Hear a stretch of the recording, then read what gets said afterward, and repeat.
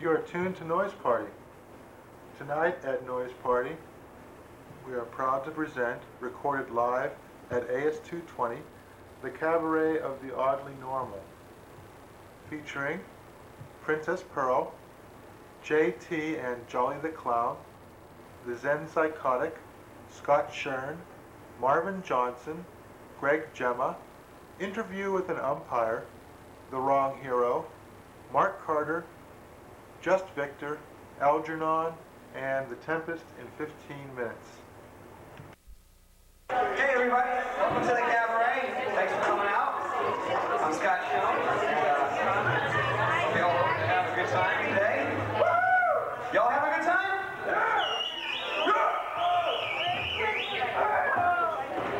So, anyway, what I'd like to do is I'd like you to put your hands together when I say, for the most beautiful, the bestest, the most fabulous Princess Pearl of Providence! Okay.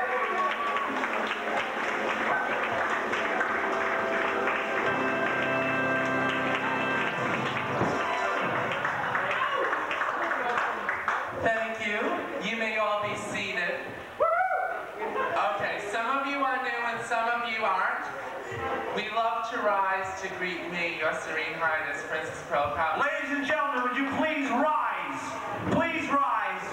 Come on and greet Her Serene Highness, the Phantom of the Cabaret, Princess Pearl of Providence. Oh, you may be seated. Oh, where's Scott now? Tonight, we're doing things a little bit differently. Bert approached me a few weeks ago and said, how would you feel about having a co-host? And I said, when the Princess of Providence gets together with the King of Comedy, Sean, what could be better?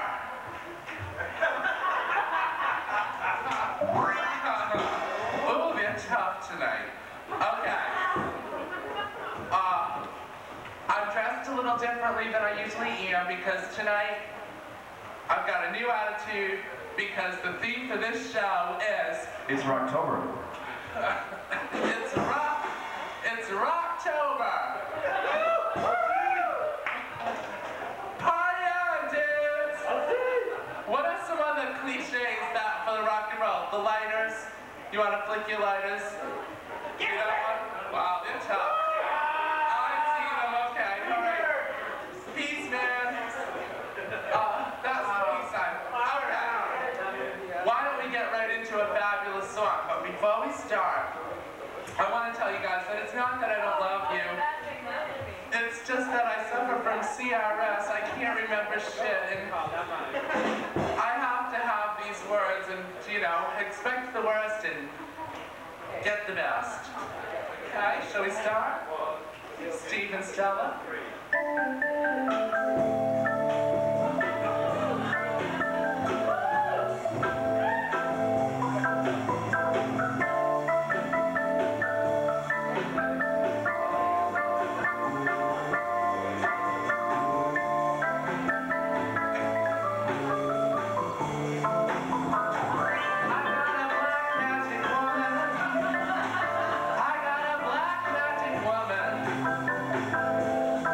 Yes, I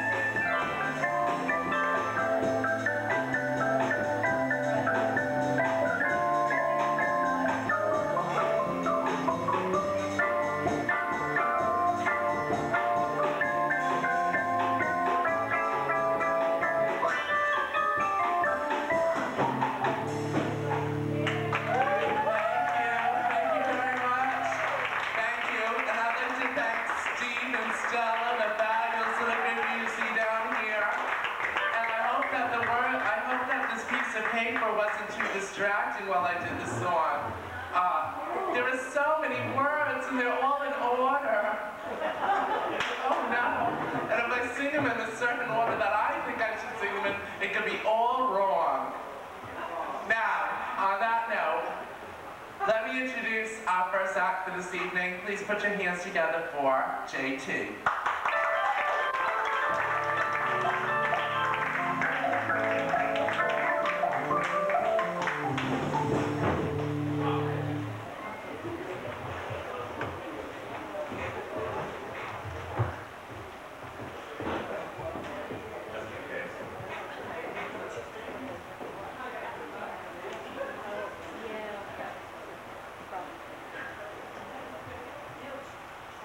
Well, as they say in Sweden, hey, I'm sure you all remember this classic Swedish invasion band, Ola and the Janglers, on Gazelle Records. But in case you need to be reminded,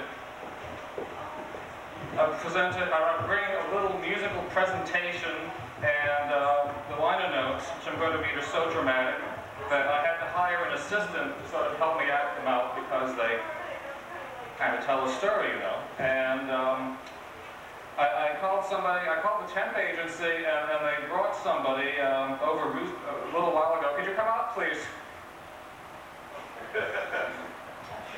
Thank you, ladies.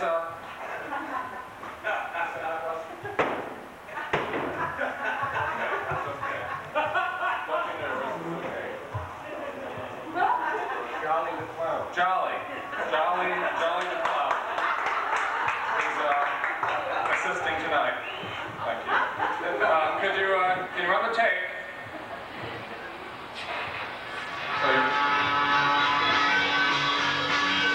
Take a highball glass. Add 1/3 of lime juice. Add 2/3 of water. Find half a lemon. Squeeze it over a lump of sugar. This is sugar. Thank you. Crush it. That's good. Add some soda water. Pour it in your highball glass. Some ice cubes. And on the top, a slice of orange as decoration. Then, friend, lean back, get ready, enjoy your copy of the Ice Cream Limelight. Go!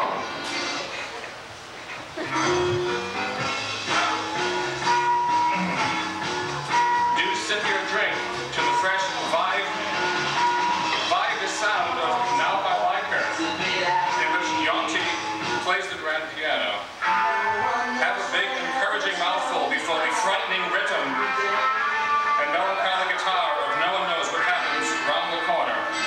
You'll need it.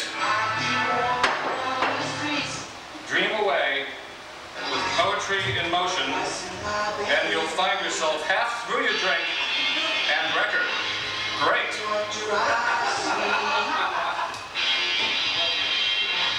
Next side. The one who meets you there is drum-playing Johann in Alex is the Man. Your ice-rattling drummer. Love fast-running bass?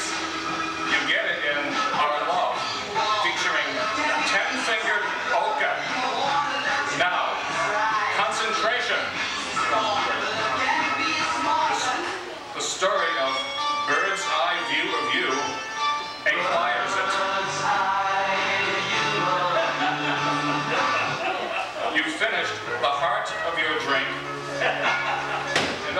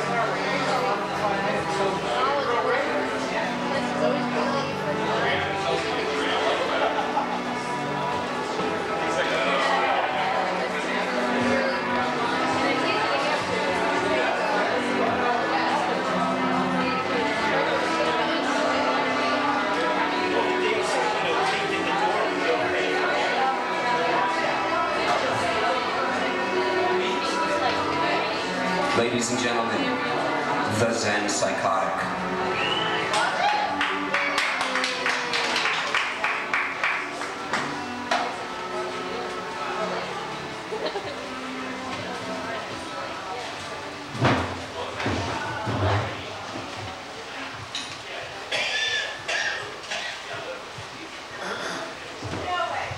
Good evening. Tonight I would like to do a lecture entitled The Deflower Fuck of Dharma as Such by Schoen&more.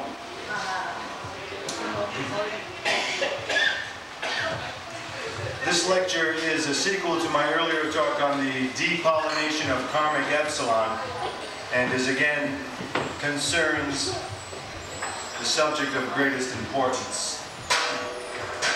I shall therefore take the liberty of assuming that anyone with enough interest to set sufficient time aside to attend this present lecture has... Joe, can we have a little less, this mic is too live. For if in fact my subject is of the greatest importance, it follows that only an imbecile would sit around with his fingers up his ass waiting for me to investigate it for him. That said, let us agree and rejoice that this point of departure leaves us free to punch holes in the horizon all around us without regard for the squeamish brain cells of asswipes who think I know what I'm talking about. Or as old Plubus Naso once quilled,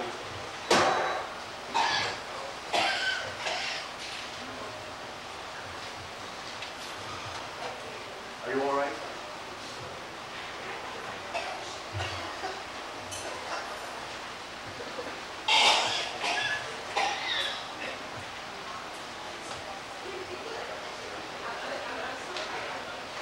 One moment, please. At the end of the lecture, there will be 1 minute open to the floor for questions.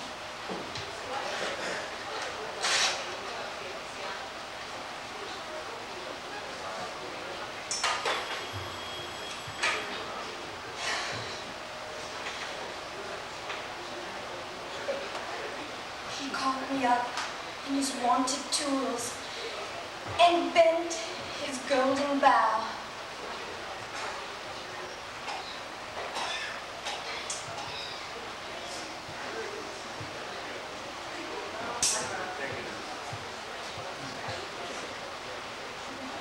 My purpose then is none.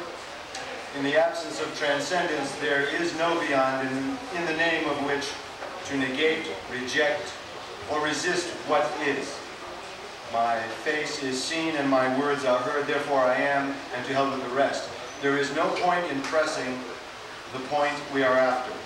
And so it follows that in the absence of transcendence, you are a sign, I am a sign, and the mirror reflects analog reproductions of signs. Death is an arrow and it points to a meal. The grave is a dinner we feed on, and thus, when the wind cracks a window and you awake from a dream, you are where you are, you are where you were. Sleep is a playhouse and life is a map to cut a place out like coupons to sell on transparent indigents of naught in a mall shop of signs, if we could only find the scissors. It is instructive here to recall the experience of my late colleague, Bader Ball, who stated in a recent interview that he is capable of keeping so many people in mind because so many people are so small. In other words, prideful emptiness, like nature, is immoral and moreover may be utilized as a wanted tool in a process of achieving pellucid selfhood before the age of repression.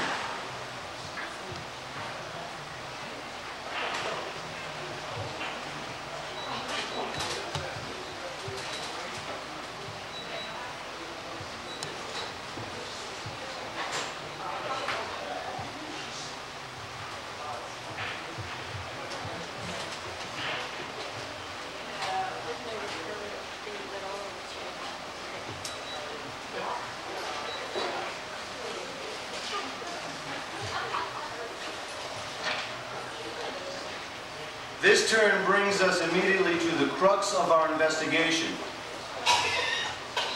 Is it not best to be nothing, a porthole in the side wall of the dustbin of life, a cipher by which all of transcendence may be multiplied,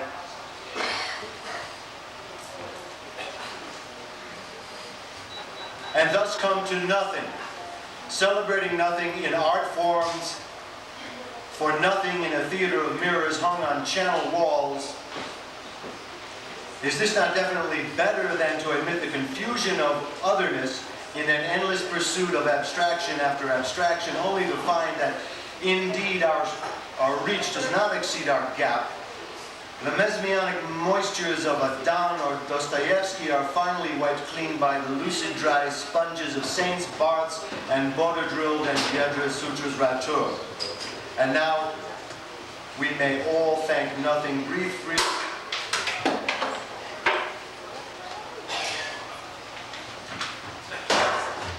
Thus, chaos, which some anarcho-spiritualists aver never died, but the earliest record of history and whispers from millennia far before.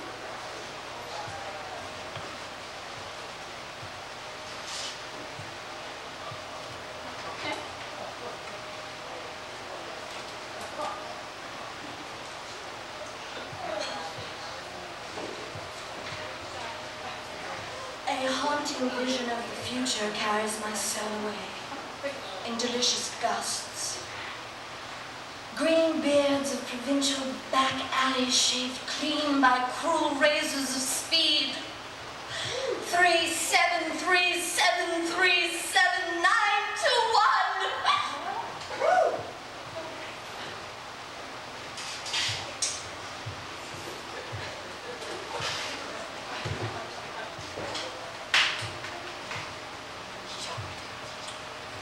The key to the door of our inquiry then is numerology, and we shall soon take up the problem of numbers, the numbers 3, 7, 9, 2.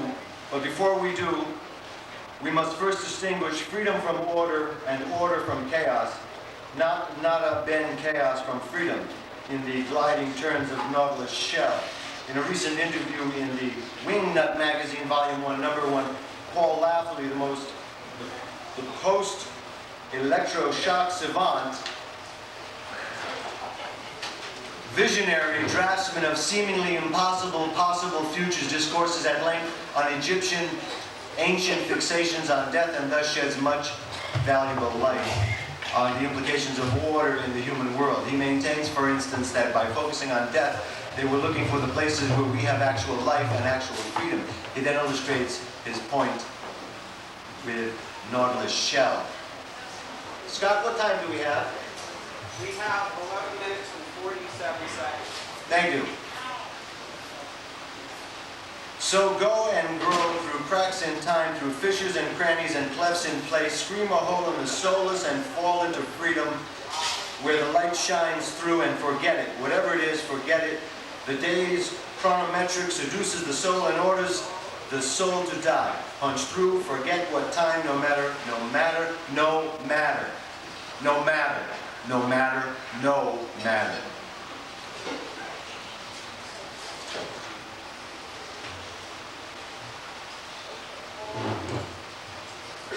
I think I'd like to take this time to, we could bring up the lights on the audience and open this up to questions from the audience.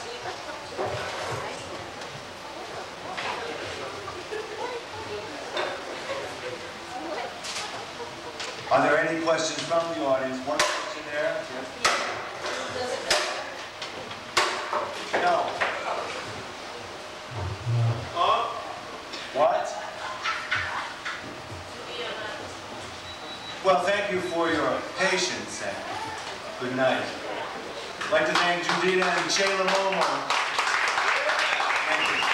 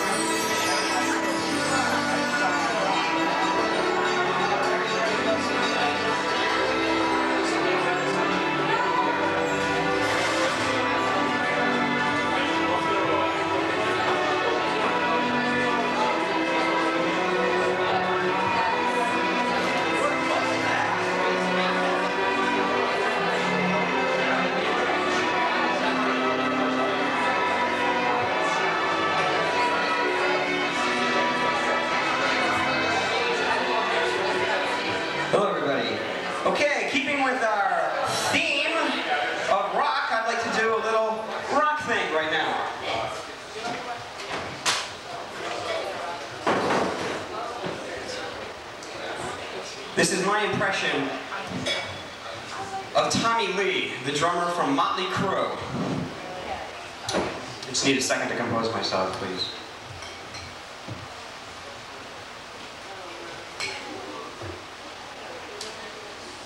Dun dun dun dun dun dun dun dun dun dun.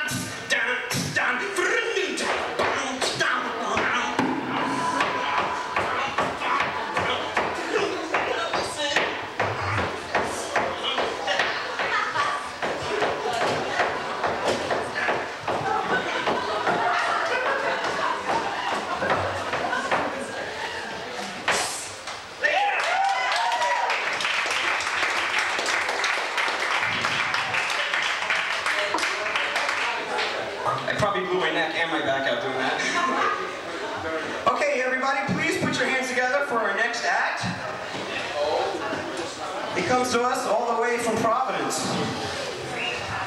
Please welcome marvelous Marvin Johnson.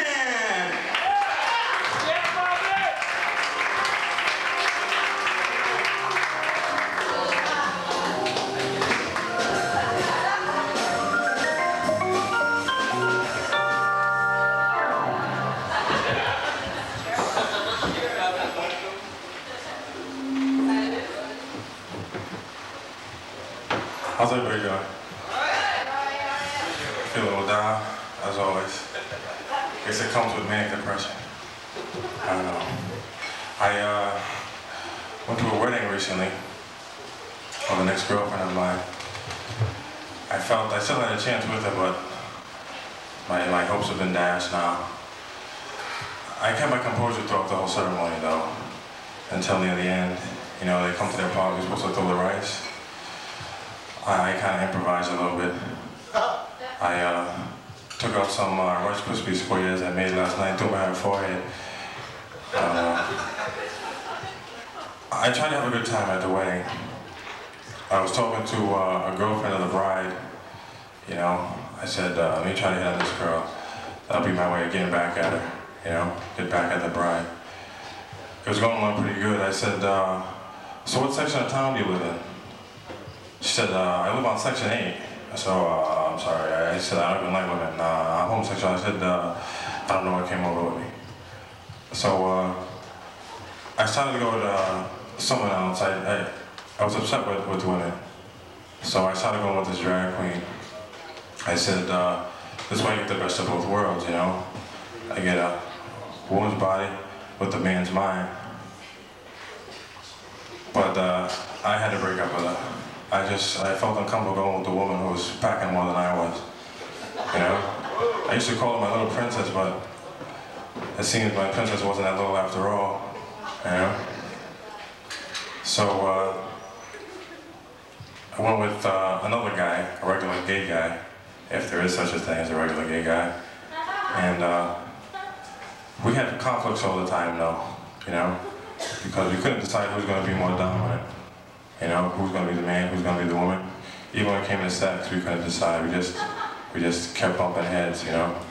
Kept bumping heads. So then I met another gay friend. He was talking to me. He said, Marvin, I have someone who's a real woman for you. He's a real flamer. I was like, yeah, flame on, flame on. So I hooked up with this guy. He was a good-looking guy, you know. And I took him home. I took the flamer home. And he burned my fucking house down, I don't know. So then I wanted a woman. I went back to women again. I went with this girl. But she never seemed to have any interest in having sex. You know, she was always hanging with her girlfriends, which I didn't quite understand, you know. I started to get a lot of suspicions in my head. But I didn't want to just come out and confront her, you know. I felt that was wrong. So I said, let me ask you a question.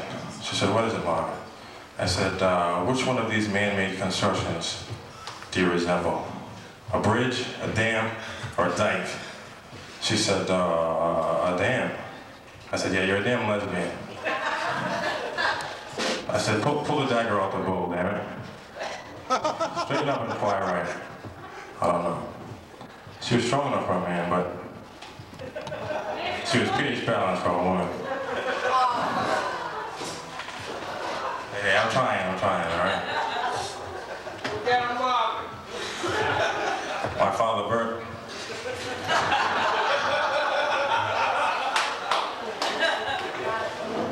Came out this way as a baby and stayed the same way the whole life.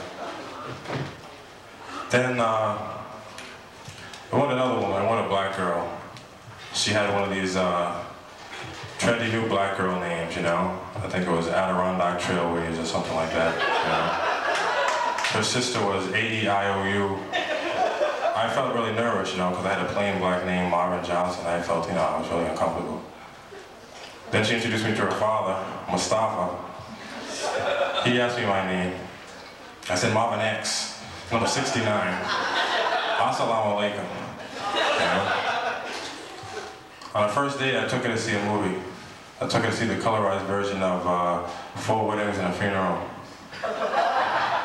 It was called 4 Drive-Bys and a Drug Raid. She was really nervous, really tense the whole time, though. I think because it kind of felt too close to home to her. So they filmed it right next to her apartment in Chad Brown, you know? Chad Brown, drugs, right?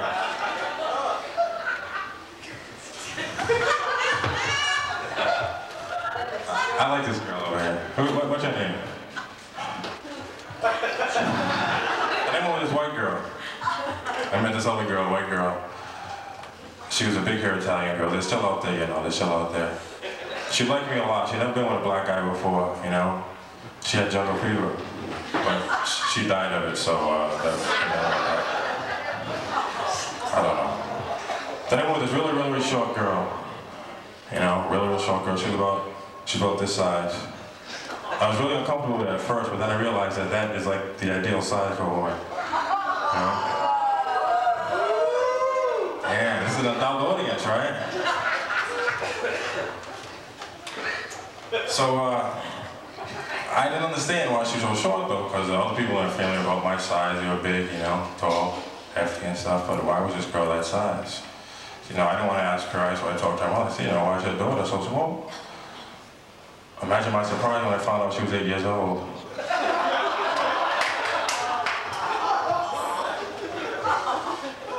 I didn't go with this other girl. She had an 8-year-old kid, you know?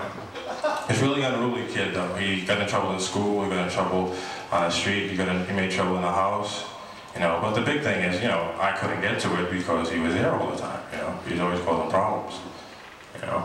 I said, why don't you ground the kid or something like that?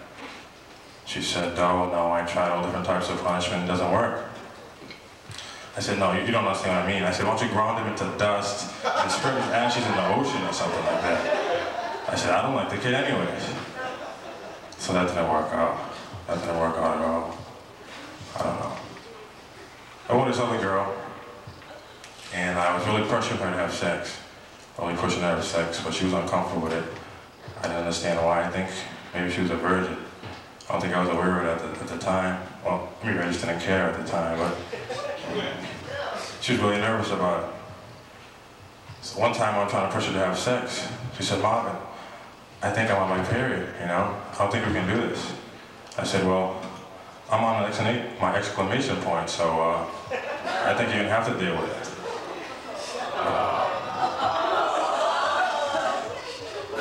Stay with me now, stay with me, stay with me. So then with this other girl, we're having sex. I actually finally got there with her, you know? And sex is like a journey, you know? Sex is like a journey. You know, we both started on our journey at the same time, but for some reason she got to her destination before I did. You know, I guess she wasn't as experienced a traveler as I was. I think she ended up somewhere in Niagara Falls, and I got lost somewhere in the desert with no way home and no water in sight. Follow.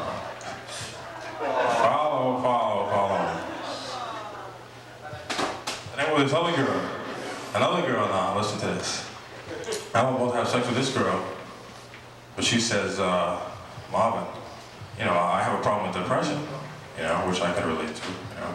She said, Marvin, I take all this medication, you know, and it makes it impossible for me to have an orgasm, you know. I said, wow, you know, that's too bad, but on the bright side, that saves me a lot of fucking work, you know.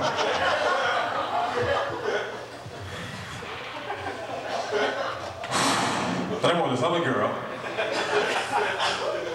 but I got caught cheating on her. She saw me holding hands with some other girl. So she said, Marvin, I saw you with another girl. She said, who's this girl you're with? Oh, I said, it's Rhonda. She said, oh, Rhonda, you know girls, any girl that you go with, they hate everything about her. I said, her name was Rhonda. She said, Rhonda, oh, that sounds like a slut to me. I said, your mother's name is Rhonda. She said, oh, it doesn't, different thing. So then she says, so did you sleep with her, Mom? I said, yeah, I had to admit, yeah, I did sleep with her. She said, Mama, did you go down on her? I said, oh, I can't believe it. I can't believe she's asking for a down on her, you know? I said, of course I went down on her. I go down on everybody. Where I come from, they call me Oral Roberts. All right, thank you.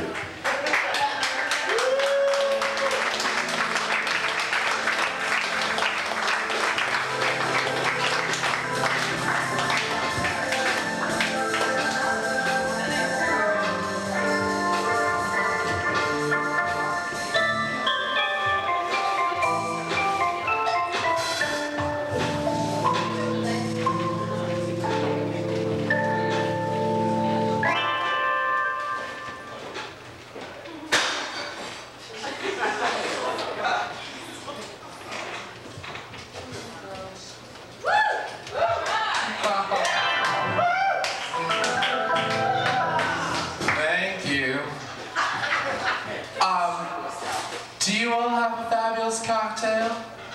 No. Well, maybe it's time to get one, but not until after.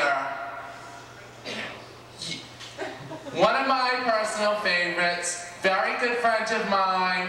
You all know him and love him. Put your hands together for Greg, Gemma, yeah!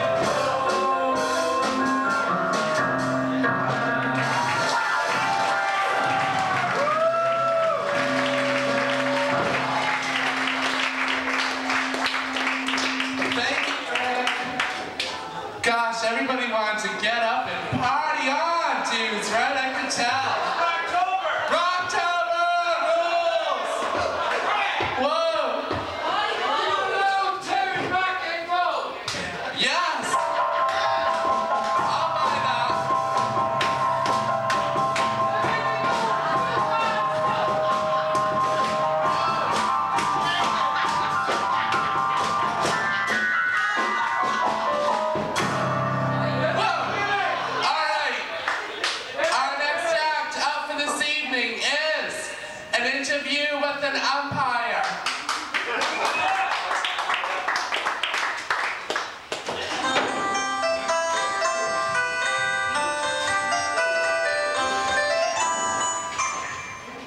Thank you for visiting my neighborhood. Okay, I have with me today very... Wait, I gotta take my pants off. Slide on my socks.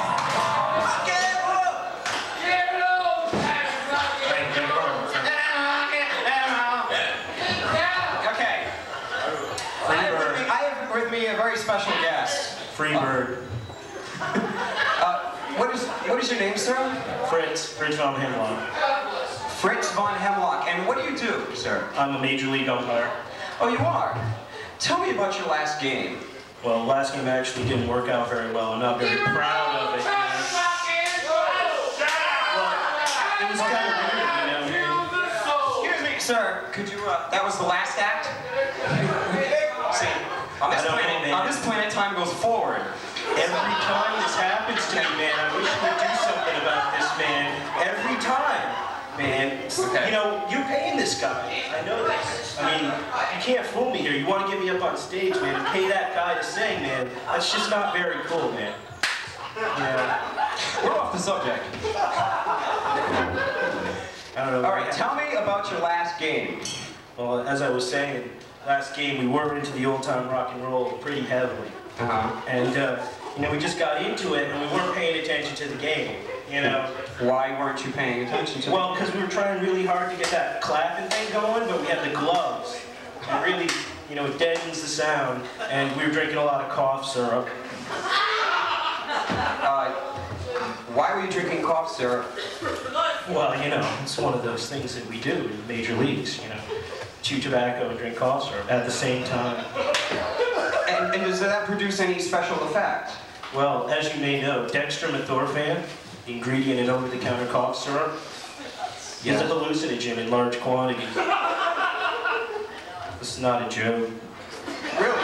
And do you just drink it straight out of the bottle, or do you... I use a straw. I heat it up first because, you know, it's kind of thick. But if you heat it up, you know, just don't cool it off, whatever you do, because you can turn the bottle upside down and it doesn't come out.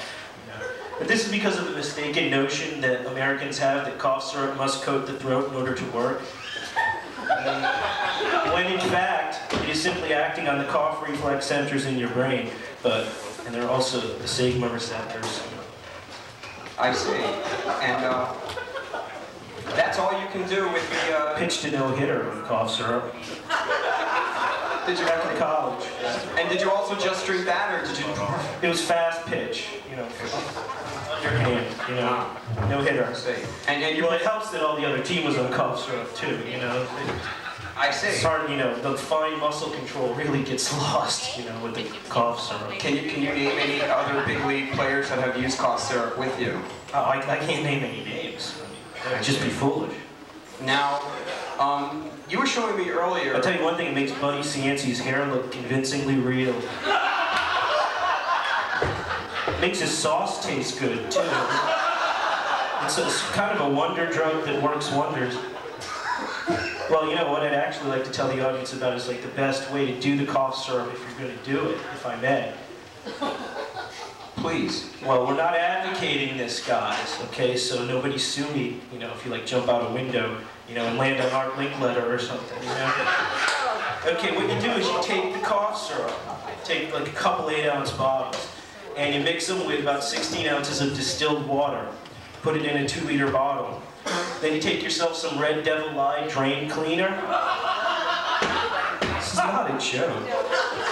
And you like put a teaspoon of that in like a glass of water and drink. No, you don't drink that. You mix it up. Put a couple drops in the 2-liter bottle full of cough syrup and distilled water. And see what'll happen is it will change it from acidic to basic, and it'll make the dextromethorphan become a precipitate, which turns it cloudy. So you end up with cloudy cough syrup, but you don't drink that either. Then you take your sock off, only one sock, not two, and you stuff it in the top of the 2-liter bottle, suspend it upside down so the cough syrup drips through the sock. Is this a professional Major League Baseball sock? Well, yes. It has to be athletic strength sock. You can't use, you know, like your socks would not work. There's just no way. Like foo-foo socks, you know. You gotta be real. And only one sock, I have to remember. You'll need the other one later. Okay, so then what you got there is you got an empty bottle and you got a sock that's full of dextromethorphan. So you put it in a bottle of orange juice and shake it up, then you drink the orange juice. Or, if you want to, you can take it, put it in a bottle of water, pour the water in a pie plate, evaporate the water, and you get free-base dextromethorphan that you can smoke. Again, I'm not recommending this, but I see, and it doesn't taste good, but... And that's the reason why the last game wasn't going well. Well, I personally wasn't smoking it, but you know, some of the other guys were heavy into it. You know, basically when you got it there, you know, in the freebase form, you could do just about anything with it. So we were like, just for fun, shaving our heads and cutting holes in the heads with a razor and like rubbing it on it and then running outside, you know, running around. and it would circulate the blood to the head. And it was really, you know, at that point, nobody was paying attention to the score. You know, you're having Lilliputian hallucinations, you know, where things were just like, you know. I see. All right, well, thank you very much. You're quite welcome. I hope I've been of public service. Yes. Thank you very much, Mr. Algernon.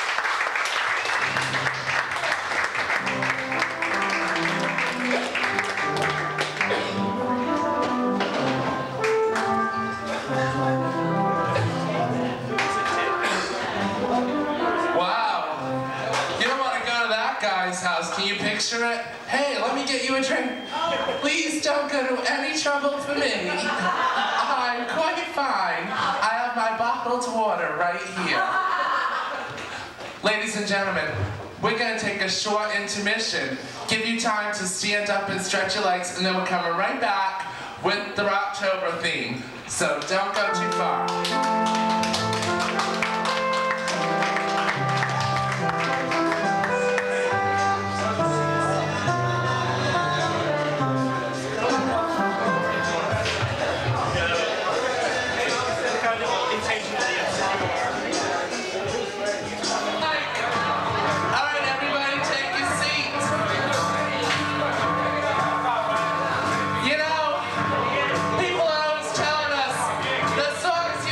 So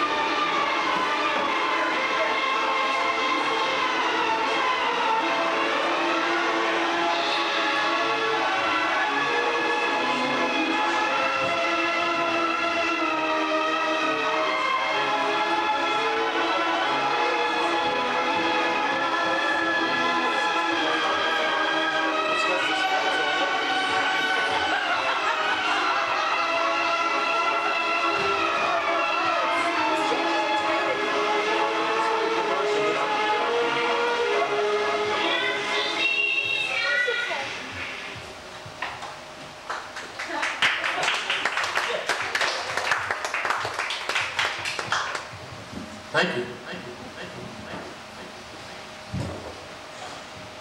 While I catch my breath, I might as well ask you all, which of you prefer the Flintstones? Raise your hands. So what? The Flintstones. Oh, I'm sorry, to the Jetsons. Oh, yeah, Flintstones. Or would you prefer the Jetsons?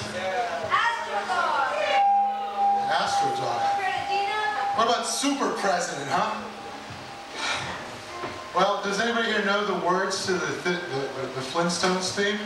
Yeah. Does anybody know the words to the Jetsons theme?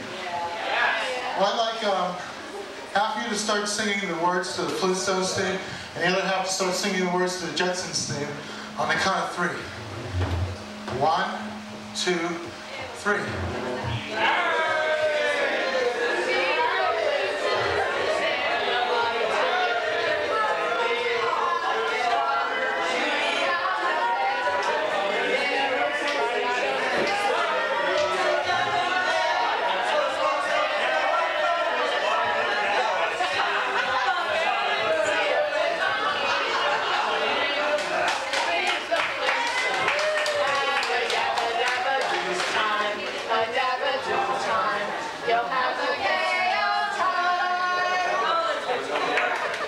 You know, Flintstones is kind of weird because it's the 50s version of the past, and the Jetsons is the 60s version of the future. I mean, but yet they're so similar in so many ways. And some learned individual must someday write a lengthy disposition on just this topic. But before they do, I should mention that I am the wrong hero. And to get this cleared out of your minds right away, a lot of people say, wrong hero, why do you wear that costume? And the answer is really very simple. If the jokes are funny, I am the most talented and original comedian of my generation, and if they suck, then I'm a performance artist. Now, people also ask, wrong hero, why are you a comedian? And, well, the answer to that is very simple. I flunked metal shop. See, I used to get the soldering gun and make little effigies of the shop teacher and to solder and crush them in the vice grip, and that might have had something to do with it. But you know, comedy business is very hard because, well, it lives by certain credos, just like any business. And the credos in comedy are things like, you stab my back and I'll stab yours.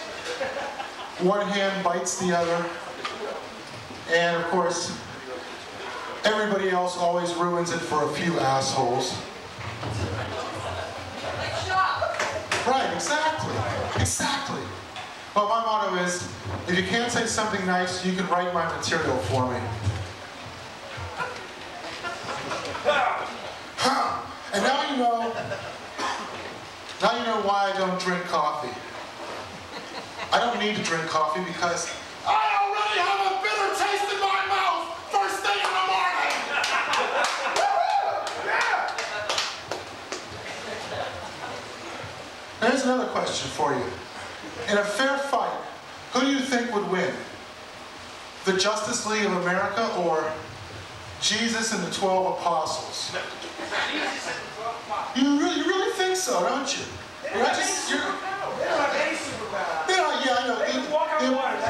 The apostles are kind of dead weight, you know? And now it's Jesus and the 11 Apostles action figure, Judas sold separately.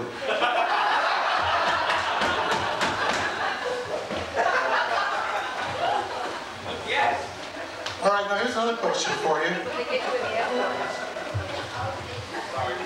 That's okay. I'm watching you. Can I have a cowbell? All right. More, both of you.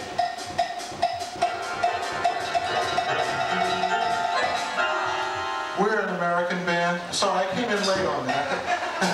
That's quite all right, though. Oh, here's a question for you.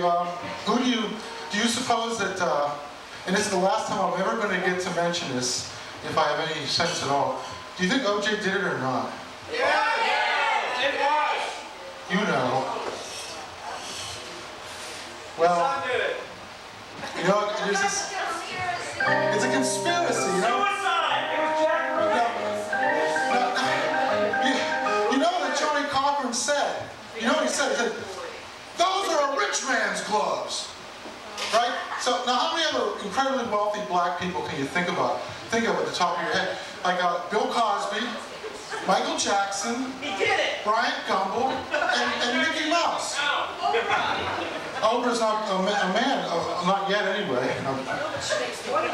That's right, she makes more than those bums put together. Well, I pieced together a scenario on this OJ thing. What happened was, Michael Jackson was sitting around getting drunk with Bryant Gumbel, who's known to like a drink, or 3, or 11, and Bill Cosby, you know, he's obviously heavy into the booze bag, and Michael got on the phone to his pal Macaulay Culkin, who was off in his Manhattan penthouse smoking cigarettes and drinking beer. And he says, oh, Macaulay, come and join the boys. We're just sitting around and having a little chat. We're going to go visit OJ later. He's probably at his wife's house. Well, Macaulay comes out with some of his little friends, and they all go over to OJ's house. And, well, you know, the rest, the tragic consequences when the drunken Macaulay Culkin. And Cosby was there, you know, because of the Cosby mysteries. And Brian Gumbel was there because he wanted to, you know, have an exclusive because he's a reporter. Anyway, that's what I think happened, and it's only a reconstruction. The police really screwed up on that one. And you know, there's an old saying, if it rains when the sun is shining, that means a policeman is beating his wife. Actually, it's not an old saying, I just made it up. But nonetheless. True. Now here's something I gotta ask you. When you go to a party and you see a big dish full of a white powder, you know, and you snort it thinking it's cocaine and it's actually heroin, don't you hate it when that happens? I'm telling you, I really... And I figured out something else too. Illegal drugs are just prescription medicines with bad PR. And what more ironic thing in a capitalist society? What's the most desired thing? Those which are beyond the reach of ordinary people. So outlaw drugs and make them desirable. It makes a whole lot of sense. It really does. I also figured out something else. Why is election day held so close to Halloween? Well, that's because after they get the goodies, they can take their masks off. You know, it works the same way. Now.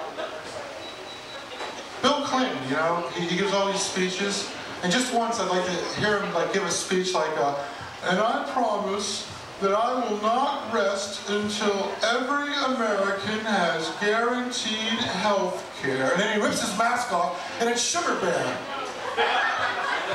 And he's going, oh, come on, Granny, can I have some of that super sugar cream? And just once I'd like to see that. Now, Vladimir Zhirinovsky, you might have heard of this guy. He's running for the presidency of Russia, and his platform is very simple and very effective. Execute criminals on sight, free vodka for everybody, and take back Alaska. And with a platform like that, he should be in the GOP, you know, primaries, because like he just like sweep to the head of the pack, take away money from poor people, you know, and he's in there. I don't know. And you hear about this thing in Roswell, New Mexico, with they found these aliens. Some of them are on display here, in fact. Well, no, they have this so-called footage of aliens, and it's like, why do aliens always go to places where slack-jawed, credulous hicks hang out, and they never go to places like Times Square where everybody would see them, or maybe they wouldn't notice them, I don't know. And I think I figured out why aliens like deserts, because they're probably not carbon-based, they're probably silicon-based, so they gravitate towards sand, which is silica. Well, you know, with that logic, why don't they just go to nudie bars? There's plenty of silicon there, you know what I'm saying? Just a thought. And another thing that like really gets my goat when I start thinking about it is Porky Pig. Who are his friends? Vealy Calf, Beefy Cow, dim sum cat, burrito dog, fleshy human. I don't know. Anyway, and finally, there's this thing with the Joey and Maria's comedy wedding.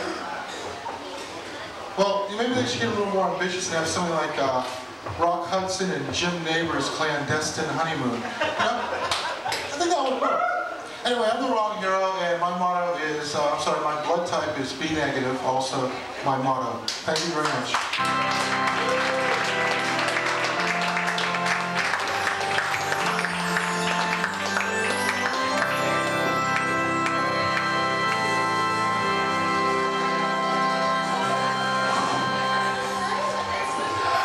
What a man, what a man, what a mighty, mighty good man.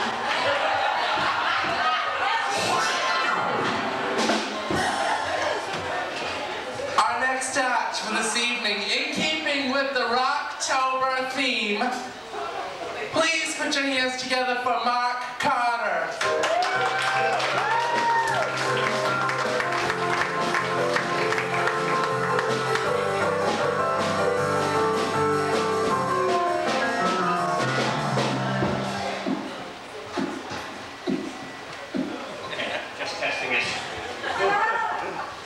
Yes, it's Rocktober. Woo! And because it's Rocktober, I've got to do something that has to do with rock. So I'm going to do 2 numbers for you. One you've already seen.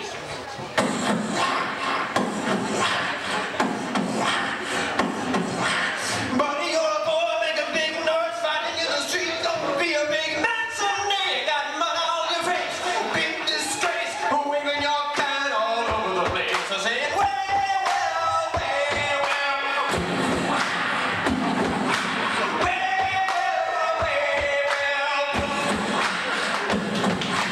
Buddy, you're a young man, hot man, fighting in the street, gonna take out the ball someday. Got mud on your face, big disgrace, waving your banner all over the place. So they get, well, well, well, well.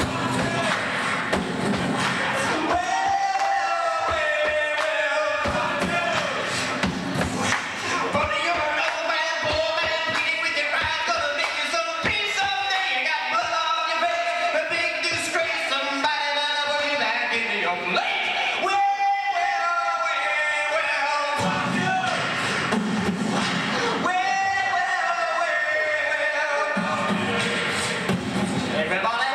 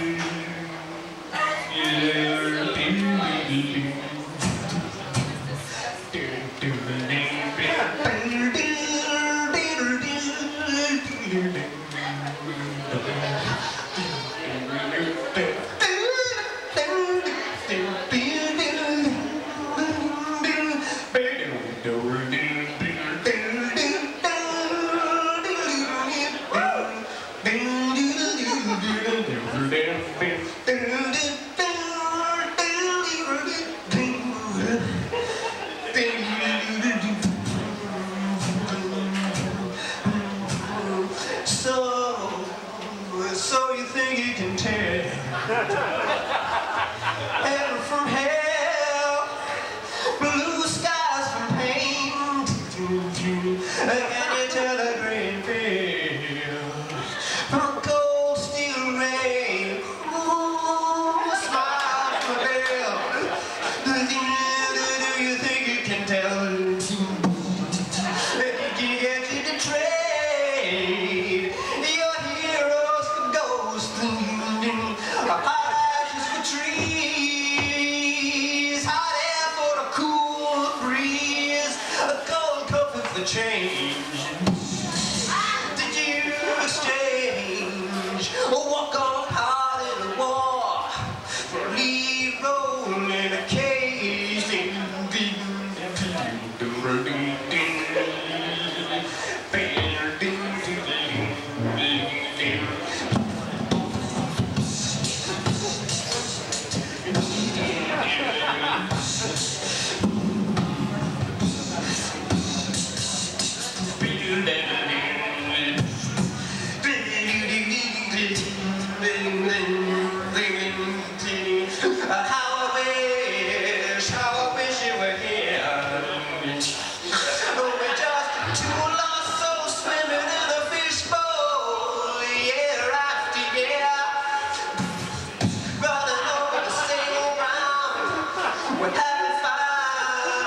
the same old fears.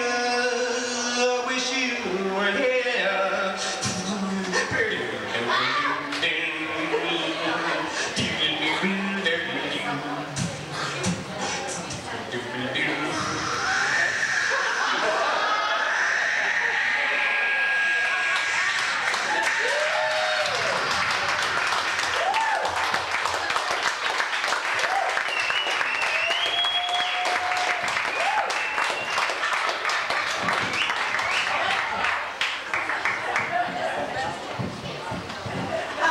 I'm sorry I got it all wet.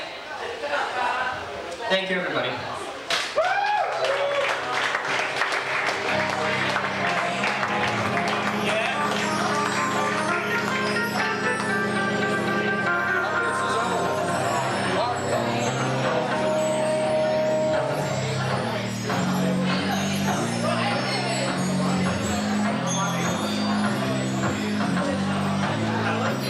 Hey, everybody. Let's hear it from Mark Carter again.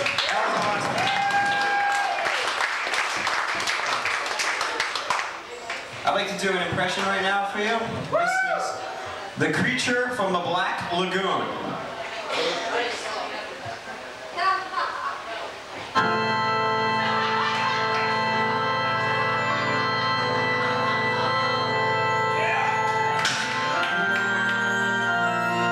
Thank you. Now I'd like to do an impression of my mother. Actually, she has really big ears, and she's like, stop, clean up your room right now! She makes everything into an incident, and she's like, clean up your room,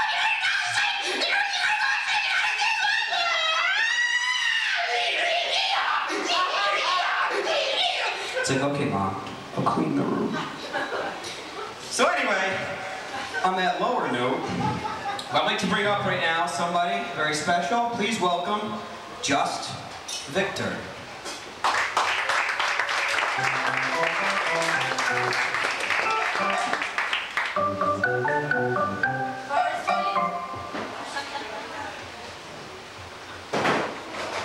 In keeping with the Rocktober theme, I'd like to just say, Elvis was a hero to most, but he never meant shit to me.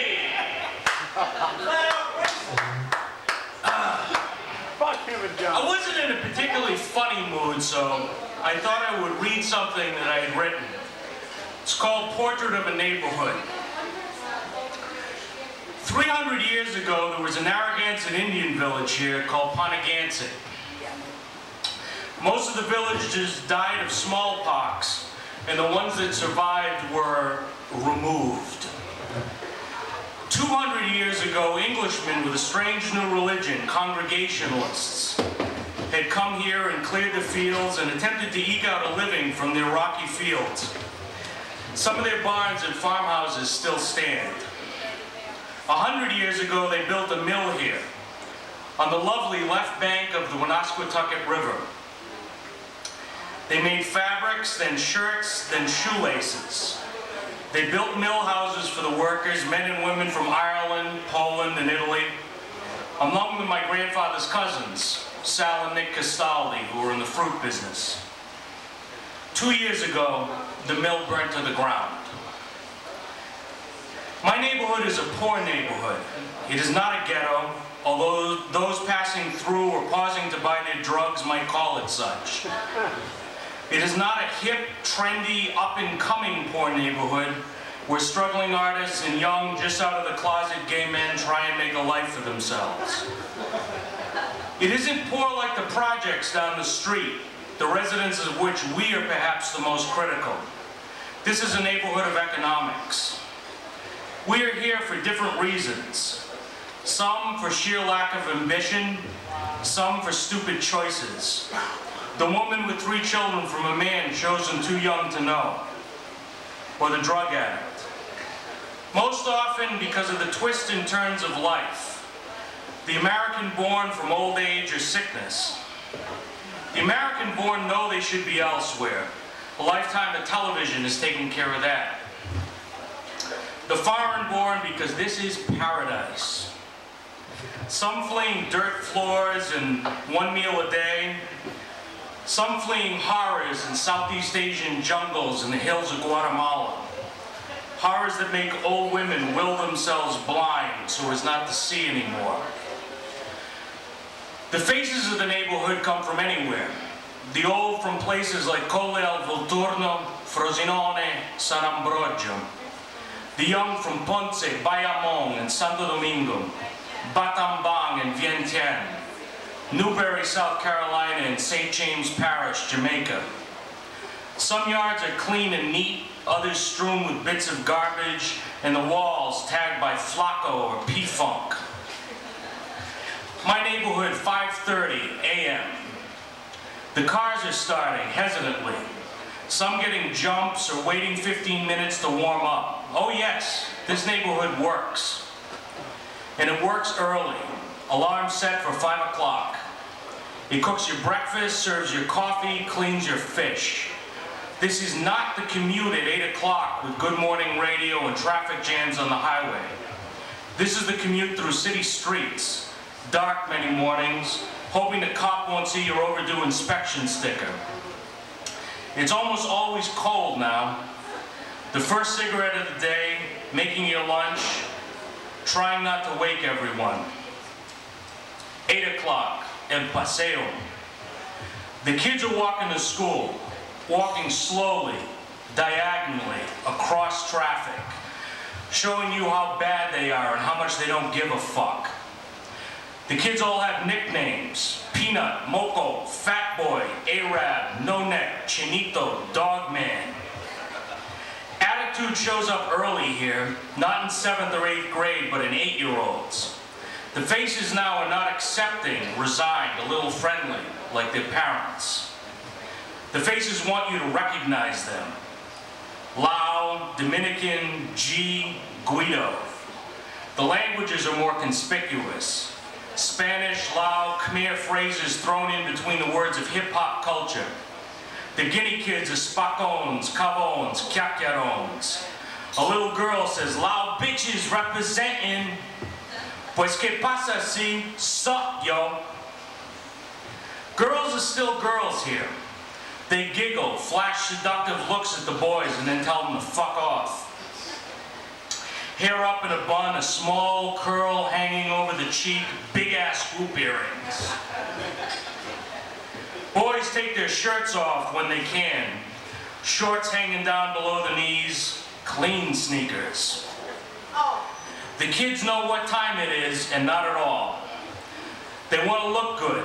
Thumb rings, gold crucifixes, beepers, a new car, but most ride the bus. The little kids are buying candy with food stamps. All the kids, regardless of race, call each other nigger. Noontime. The drunks and junkies are getting up now. The hookers are going down to Oneyville for first shift. Old men in old cars circle the block trying to be discreet. The liquor store is doing a brisk business now. Liquor stores here don't ask, "Will you be paying with cash or credit, sir?" That's $3.99, pal. The man at the corner store is putting up a new sign. It says green plantains, 4 for $1, in misspelled Spanish. On the other corner, there's a store that seems to sell nothing but lottery tickets. A gang of 50-year-old low-level wise guys are inside shooting the shit, talking about how much money they lost at the track last night. They're scratching their fat bellies, taking bets, and pouring shots of Sambuca into their coffee. Outside, it looks like a convention full of black Lincolns and sky blue caddies. An old Jehovah's Witness lady with a slight limp walks across the street from the projects with a well-worn Bible in her hand. She asks me if I'd like a watchtower. I say no, and she says, "You have a good day, darling," and I will.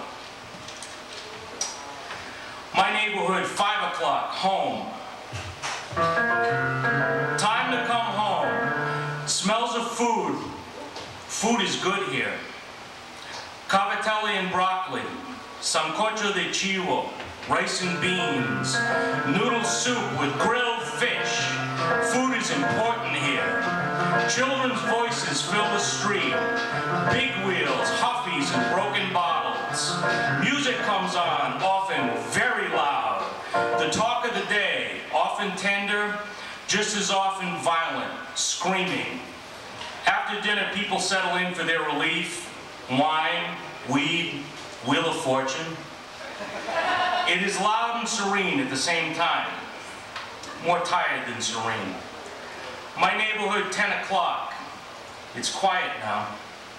The lights are largely off, only the glare of the TV screen. The air is still or windy, but you can hear it either way. The low mumble of living room conversation is broken by the sounds of salsa or gangster rap in passing cars, or the incoherent scream of the alcoholic down the street or upstairs. The main drag belongs to 17-year-old boys now, dealing crack and heroin to people in Mercedes and BMWs. The big dealers are inside, runners and lookouts in the street. The kids are organized just like Boy Scout troops with different names. Latin Kings, Las Nietas, Baby Dukes. The scratch on the wall says Manton sucks Hartford dick. Don't look too close at anybody's face if you know what's good for you. My neighborhood, 1 a.m. The lights are all off. You can hear bugs and trees rustle, but you're only awake if your mind won't let you sleep. The air smells sweet, the blankets are warm, and your wife or husband's skin feels good next to yours.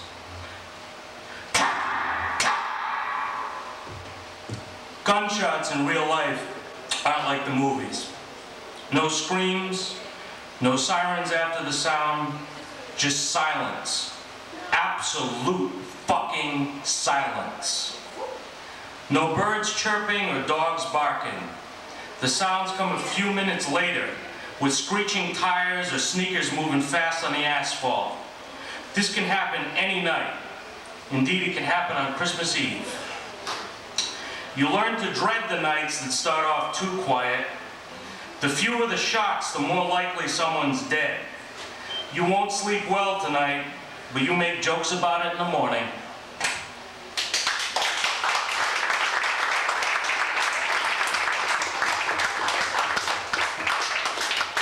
Within 3 blocks of my home, 17 people have been shot this year, and this is in honor of them.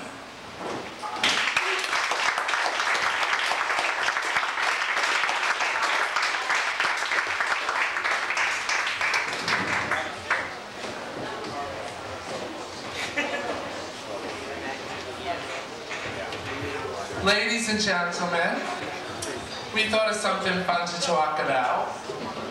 Let's talk about what everybody's been riveted to for a little while. The OJ trial. Scott, how you doing with that mic, babe? Okay.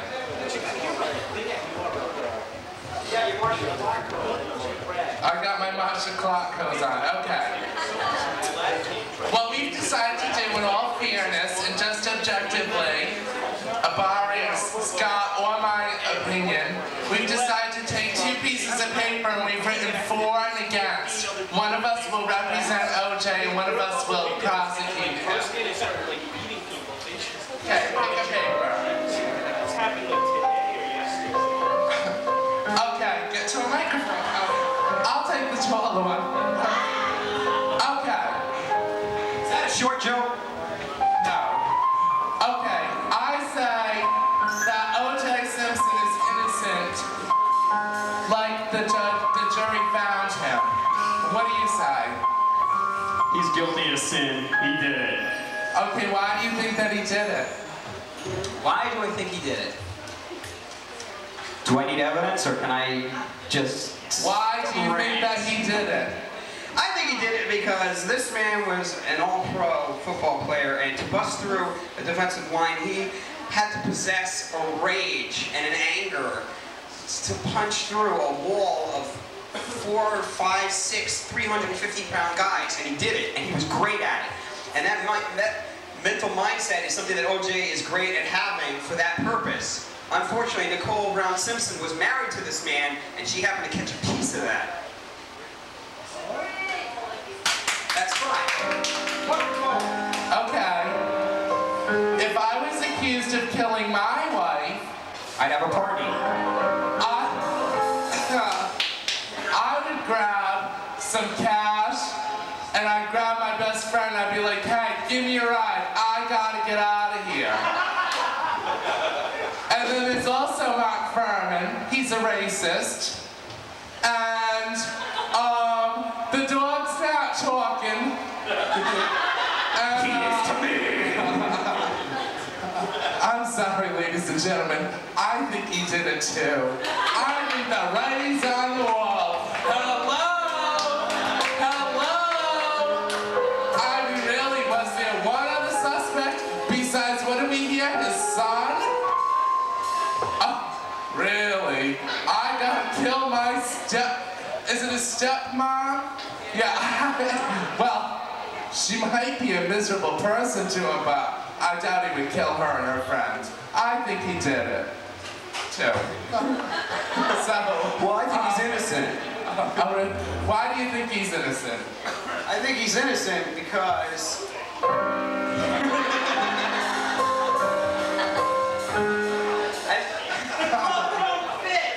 You must acquit if the glove don't fit.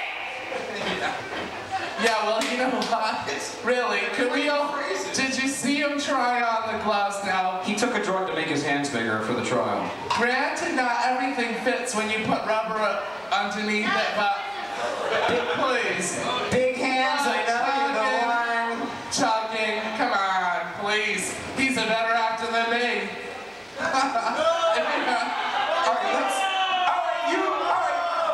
No, he isn't. He did it. That's why. He's not a good actor. I saw right through that shroud of him pulling on those gloves. Really, please, give me a break. Kato Kalin did it. Kato did it, right. Okay. She had everything to gain and nothing to lose. What I'd like to do is take a general poll from the audience. That sounds like fun. And find out if they're guilty or innocent. Audience participation. If you feel as though O.J. Simpson murdered his wife and her friend, raise your hand. Really? You really do feel as though he's innocent? Yes! Okay, sir. What do you prefer? Pop-Tarts or Toaster Strudels? Pop-Tarts. He did it. Strudels. But strudels have that little swirly packet. Strudels. I've never had strudels before. He's lying. OJ, guilty or innocent? Innocent. He's lying. Who do you think did it? There are two dead people there. Somebody did it. Cato did it. How many people think Cato did it? You think Cato did it? All right. Well, thank you very much for participating, sir. Would you like a beer or a coffee or something? God, I don't think Cato did it. I'm me. Would you? Yes? I'm Scott. Get him some cough syrup. Okay. One shot. What do you want? Cough syrup. Cough syrup? What? He wants cough syrup.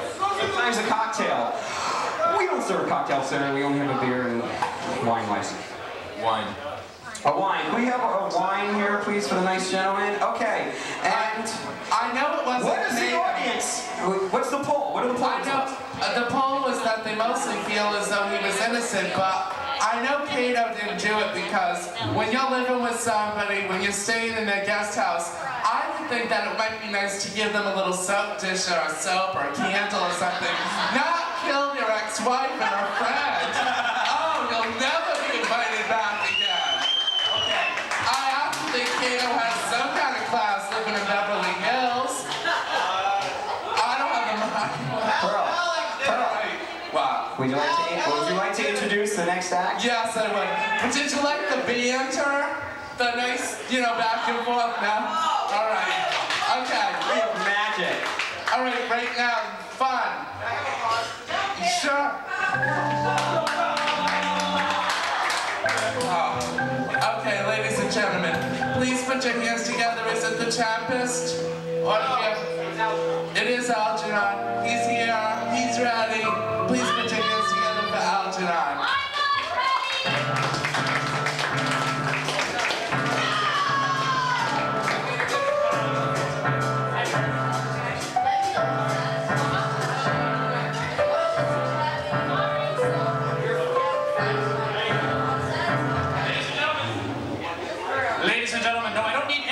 Actually. Ladies and gentlemen, before we present the Tempest in 15 minutes, in honor of the holiday that's coming up... Hey, inflation, all right? All right?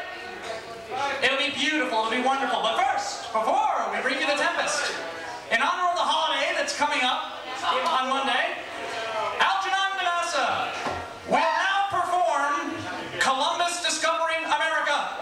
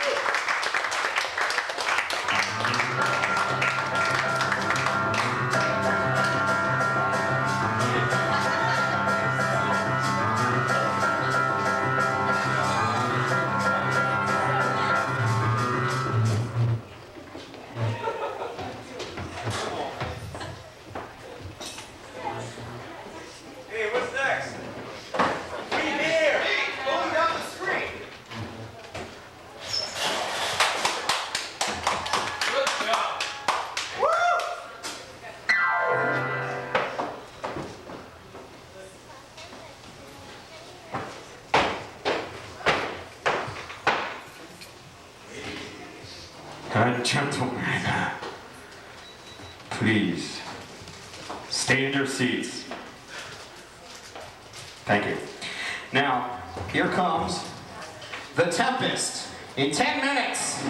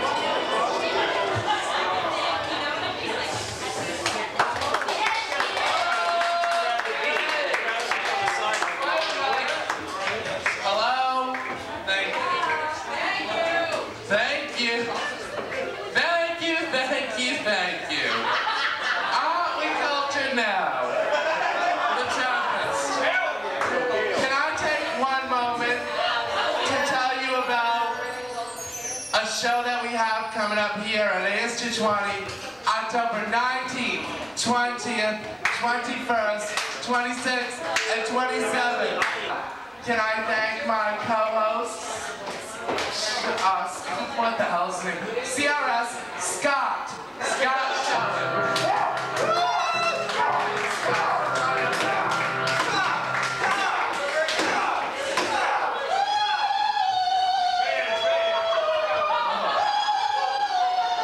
In case the audience didn't get enough of that. They're dying for more. Go ahead, keep going. All right. Ladies and gentlemen, thank our sound person with lights, Joe Walker.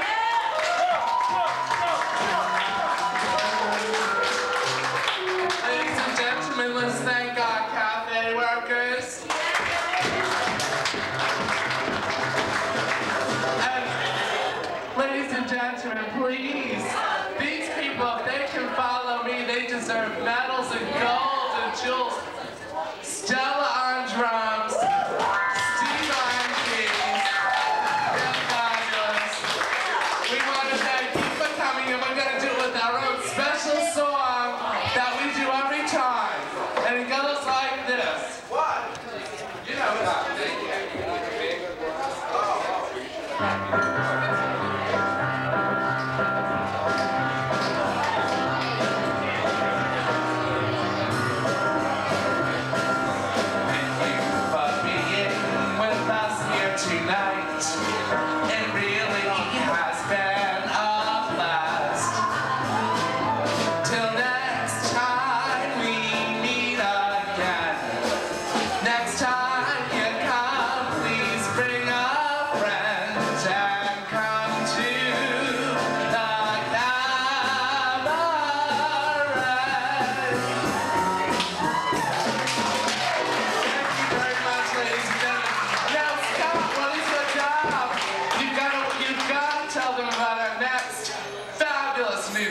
Saturday night. That's right, we have a great band. Catfish Hunter is now coming on. Play for you for the rest of the night. So everybody please stay and keep eating and drinking and everything and enjoy them. They're going to go as fast as possible and get on. So come on guys, please welcome Catfish Hunter!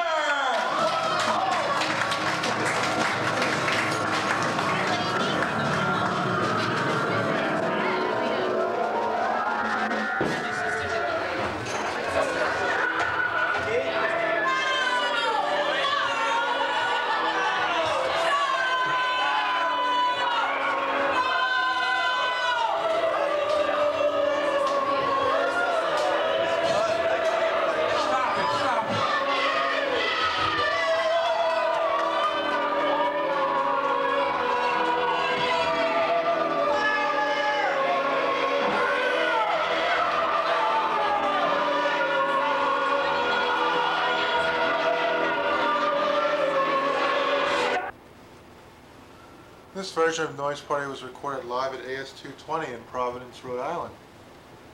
And it featured Princess Pearl, JT and Jolly the Clown, the Zen Psychotic, Scott Schoen, Marvin Johnson, Greg Gemma, Interview with an Umpire, The Wrong Hero, Mark Carter, Just Victor, Algernon, and the Tempest in 15 minutes. You are tuned to Noise Party. Noise Party is televised at 9 p.m. every Wednesday night on Cambridge Community Television, Channel 55. Noise Party is produced by Francis DiMenno, who also happens to be the Wrong Hero. Please tune in next week for another Cabaret of the Oddly Normal on Noise Party.